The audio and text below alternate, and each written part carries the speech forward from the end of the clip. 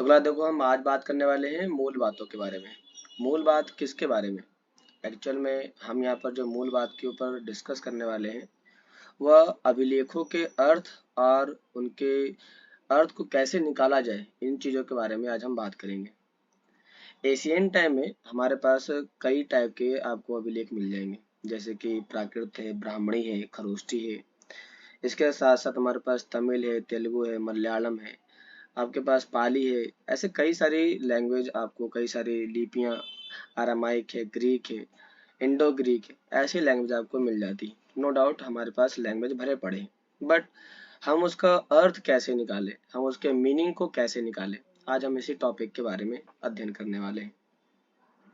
कहता है कि अभी तक हम अन्य बातों के अलावा अभिलेखों के अंशों के बारे में अध्ययन कर रहे थे। अभिलेख के अंश, अभिलेख के अंश का मतलब है, यदि आपके पास ये पूरा लाइन लिखा हुआ है तो ये अभिलेख का एक पार्ट लिखा हुआ है।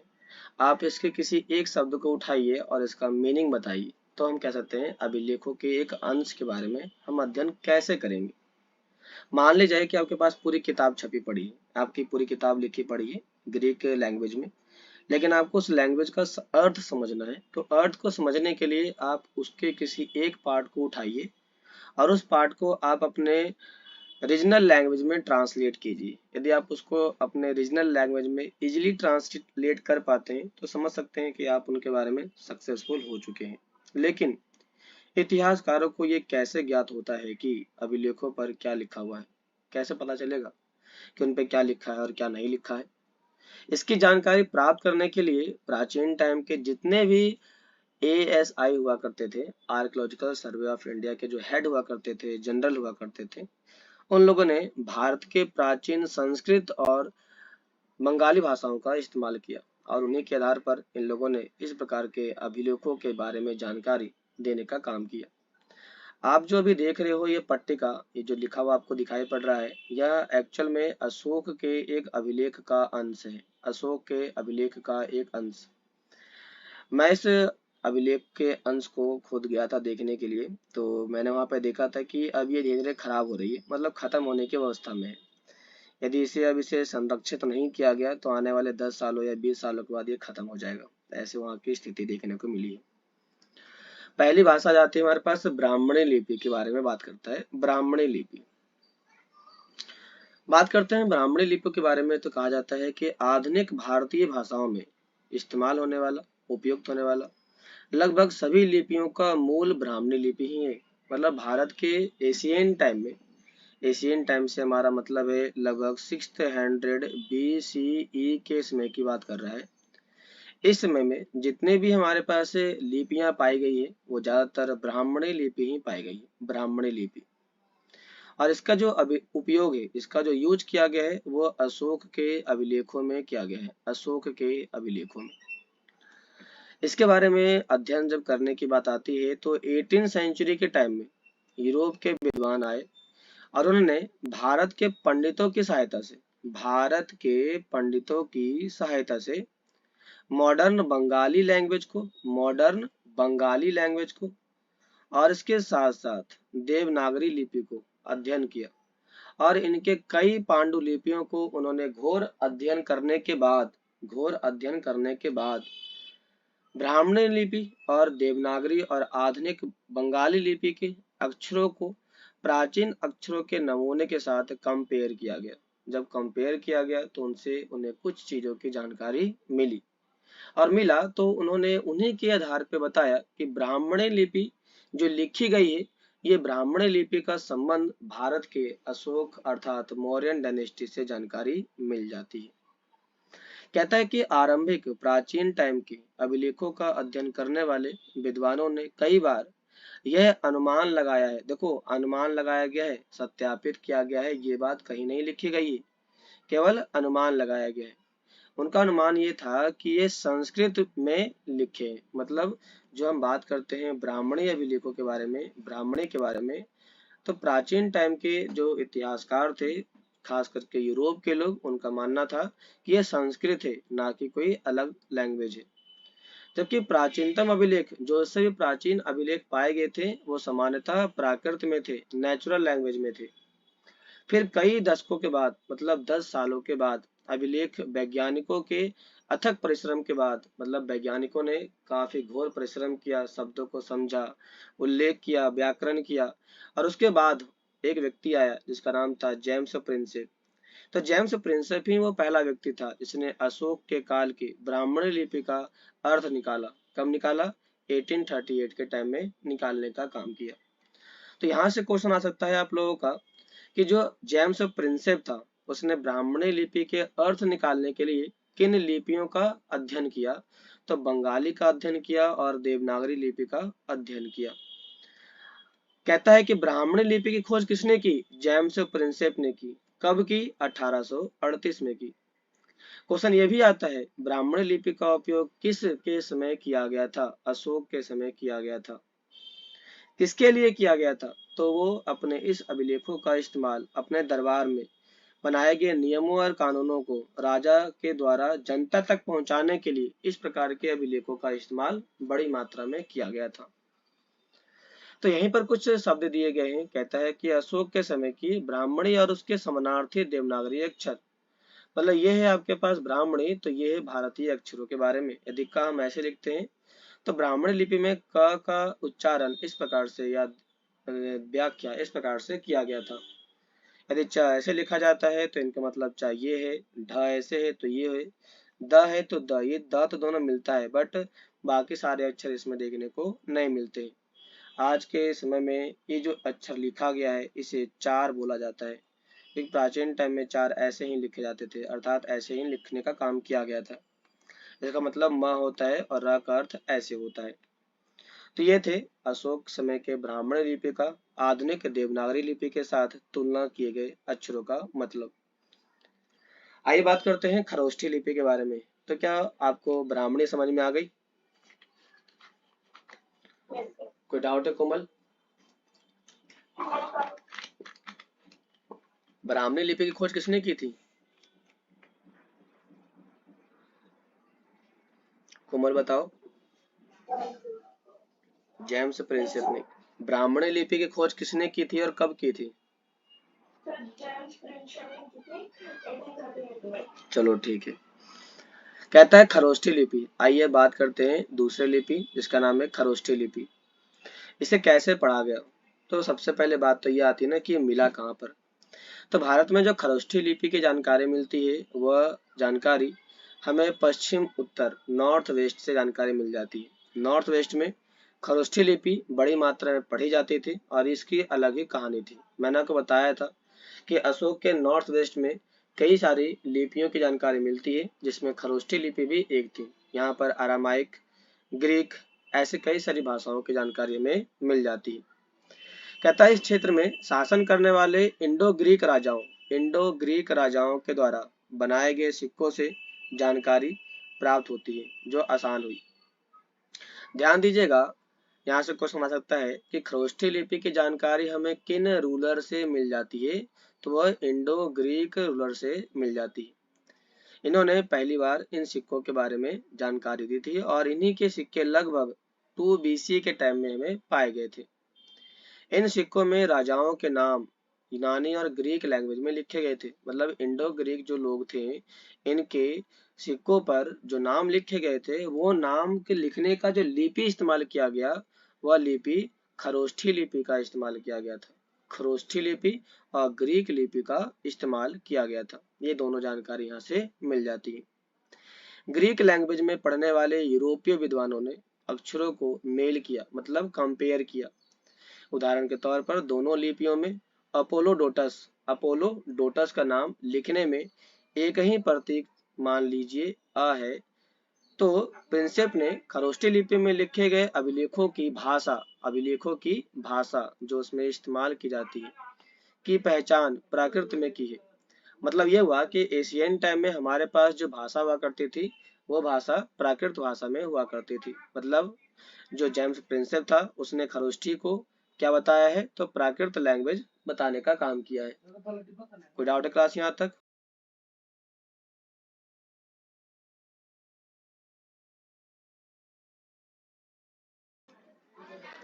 तो तो यहाँ पर हमारे पास आगे कहता है क्या, इसमें आगे कहता है कि इसके साथ जो प्राकृत लैंग्वेज है, ये प्राकृत लैंग्वेज की जानकारी खरोष्ठी लिपि के रूप में की गई थी। और किसने की थी? जेम्स प्रिंसेप ने की थी।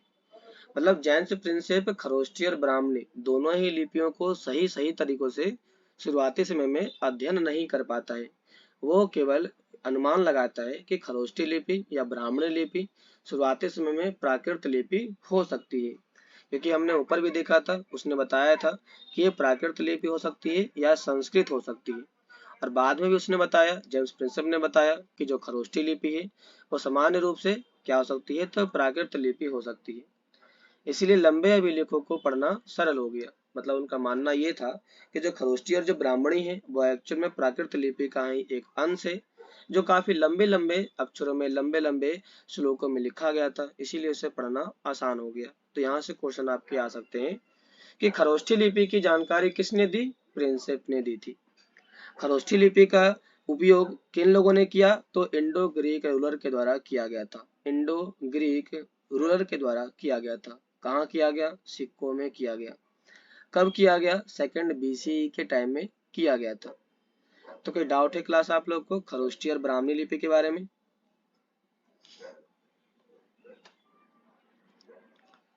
समझ में आ रहा है आप लोगों को खरोष्ठी और ब्राह्मणी के बारे में? थोड़ा आगे बढ़ते हैं। यहाँ पे कहता है कि अभिलेख, हमारे पास जो अभिलेख पाए गए थे उनसे कुछ ऐतिहासिक एविडेंस भी पाए गए हैं। जैसे इतिहासकारों और अभिलेख शास्त्रियों के काम करने के तरीकों का पता लगाने के लिए आइए अशोक के 2 अभिलेखों का अध्ययन करें और ध्यान से पढ़ें। इतिहासकार और अभिलेख शास्त्री, इन दोनों का मतलब क्या होता है? इतिहासकार वो होता है जो एशियन टाइम की चीजों के बारे में केवल रखने का काम करता है। अभिलेख शास्त्री वो होता है जो अभिलेखों में लिखे गए चीजों को सही अर्थ बताने का काम करता है। तो यहाँ पर अभिलेख शास्त्रियों के द्वारा हम उनके किए गए काम के बारे में बात करेंगे। कहता ध्यान से पढ़िए और अभिलेख को पढ़ने के लिए सोर्स नंबर 10 को पढ़िएगा। सोर्स नंबर 10, तो पहले सोर्स नंबर 10 को पढ़ लेते हैं। कहता है राजन, राजन का मतलब होता है राजा, देवन पिए पियादसी यह कहते हैं अतीत में मसलों को निपटाने और नियमित रूप से सूचना इकट्ठा करने की व्यवस्था नहीं थी, लेकिन मैंने मतलब राजा ने निम्नलिखित की, मतलब कई सारे काम किए।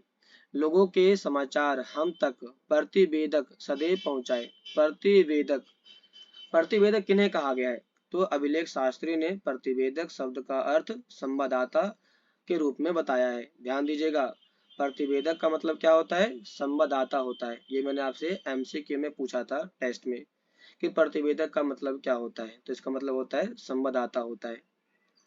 तो ये भी संवाददाता हुआ करते थे। चाहे मैं कहीं भी हूँ, खाना खा रहा हूँ, अंतपुर में हूँ, विश्राम कक्ष में हूँ, गौशाले में हूँ या फिर पालकी में मुझे ले जाया जा रहा हूँ अथवा वाटिका में हूँ, मैं लोगों के विषय का निराकरण हर स्थल पर करूंगा। निराकरण मतलब उनकी समस्याओं का हल करूंगा। तो समस्याओं को हल करने के लिए प्रतिवेदक की स्थापना की गई थी और प्रतिवेदक राजाओं के द्वारा स्थापित किया गया था। तो यहाँ पर राजा को पिया देवन पिये पियादसी कहा गया है। देवन पिय और पियादसी, तो यहाँ किन राजाओं का नाम देवन पिय और पियादसी लिया गया है? तो वो है अशोक का नाम है। तो अशोक को हम 2 अलग अलग रूपों में पहचानते हैं, जिन्हें देवन पिय भी कहा जाता है और पियादसी भी कहा जाता है। कोई डाउट है क्लास यहाँ तक? देखो लिखा भी गया है कि अशोक के द्वारा अपनाई गई उपाधियों का प्रयोग किया गया, जैसे देवन पिय अर्थात देवताओं का प्रिय, पियादसी यानी देखने में सुंदर, ये दोनों ही इस्तेमाल किए गए हैं। कोई डाउट?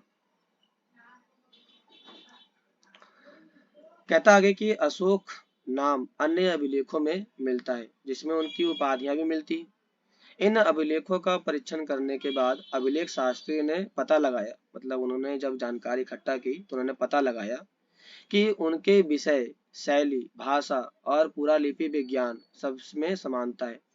मतलब उन्होंने जो भी लिखा है, सभी लिखी गई अभिलेखों के अंदर जो लिपियां थी उनमें इक्वालिटी मिल जाती है, क्योंकि लिखने के तरीके एक जैसे ही मिलते हैं। अतः वे इस निष्कर्ष पर पहुंचे कि इन अभिलेखों को एक ही शासक ने बनाया।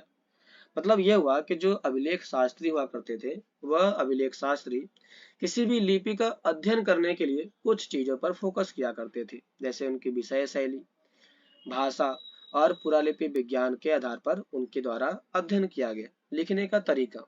यदि आप अपना नाम लिखते हैं तो नाम लिखते समय आपके कुछ शब्दों को आप अपने तरीके से घुमाने का काम करते हैं, ये आपकी शैली है। उसी प्रकार से जब आप किसी के साथ बातचीत करते हैं तो आपकी बातचीत करने की अपनी शैली होती है। ये शैली में समानता पाएगी। यदि आपको दो जगहों पर अलग अलग जगहों पर एक ही तरीके से लिखने की जानकारी मिल जाती है तो उनकी शैली से पता चलता है, उनकी लिखावट से पता चलता है कि शायद ये लिखने का काम किसके द्वारा किया गया था और नहीं किया गया था। तो उस आधार पर जानकारी मिली कि जितने भी अभिलेख में पाए गए हैं सारे के सारे अभिलेख एक ही राजाओं के द्वारा जारी किए गए, अर्थात अशोक के द्वारा जारी किए गए।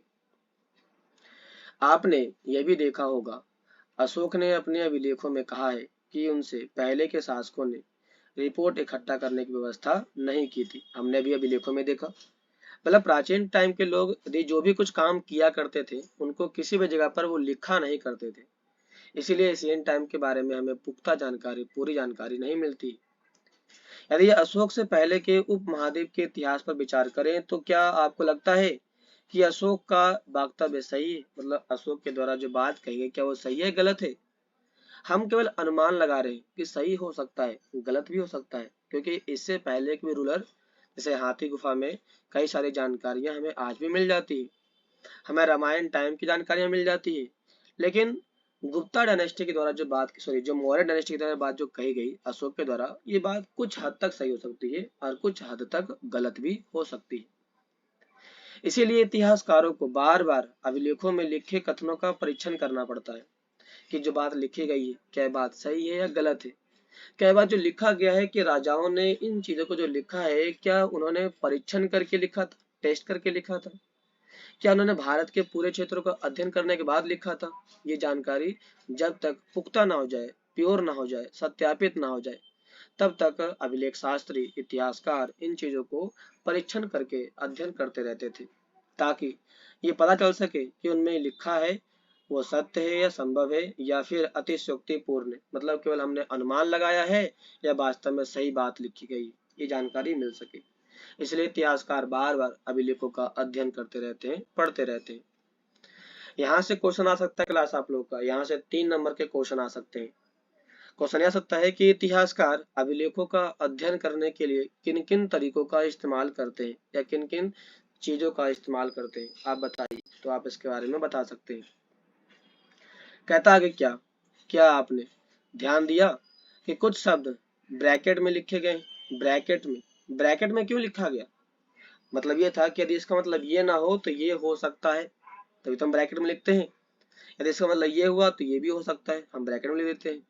तो ब्रैकेट का मतलब ये है कि अभी भी इतिहासकार संतुष्ट नहीं है, उसको कंफर्म नहीं है कि जो उसने लिखा है क्या वो सही है गलत है, उसने केवल अनुमान लगाया है, उसका मानना है ऐसा हो सकता है, जरूरी नहीं कि वो ऐसा ही होगा।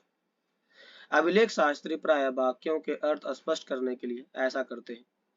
यह बड़े ध्यान से करना पड़ता है जिससे कि लेखक का मूल अर्थ ना बदल जाए, क्योंकि जो आप लिख रहे हैं वो इस काल में और दूसरे काल में और हो जाए। मतलब आज हम मतलब लिखते हैं इसके बारे में कि मैं इतिहास इस तरीके से पढ़ाता हूँ, तो हो सकता है कि अगले साल या अगले 20,000 सालों के बाद कोई व्यक्ति और आए वो अलग तरीके से बताए। तो उनका अर्थ सही तरीके से होने के लिए इतिहासकार बार बार अभिलेखों का अध्ययन और उनका उपयोग करते रहते हैं। इतिहासकारों को और भी परीक्षण करने पड़ते हैं।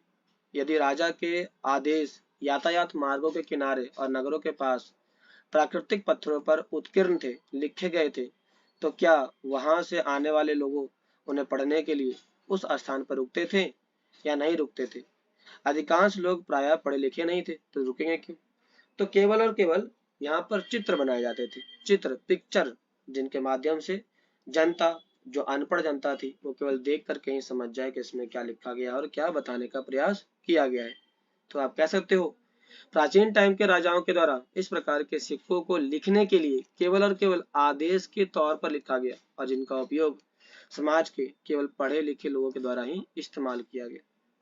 इस प्रकार से हमें यहाँ पर अभिलेख शास्त्री और इतिहासकार के बारे में जानकारी मिल जाती। कोई डाउट यहाँ तक क्लास आप लोगों को?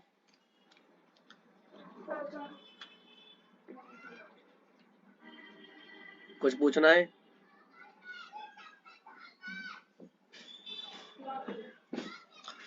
कहता है पाटलिपुत्रा, पाटलिपुत्रा में प्राकृत उपमहाद्वीप में सभी स्थानों पर लोग समझते थे। मतलब प्राकृत जो लैंग्वेज थी इसका यूज तो पाटलिपुत्रा में हर जगह किया गया और पूरे भारत के उपमहाद्वीप में किया गया, लेकिन यहाँ के लोग समझते थे प्राकृत के बारे में। लेकिन जो राजा था उसने तो लिखा था ब्राह्मणी लिपि में और खरोष्ठी लिपि में, तो ब्राह्मणी और खरोष्ठी लिपि का जानकारी तो सामान्य लोगों को था नहीं।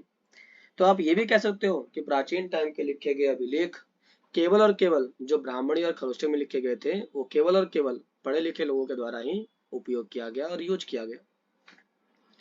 कहता है क्या राजा के आदेशों का पालन किया जाता था? इन प्रश्नों के उत्तर पाना सदैव आसान नहीं है, गलत भी हो सकता है।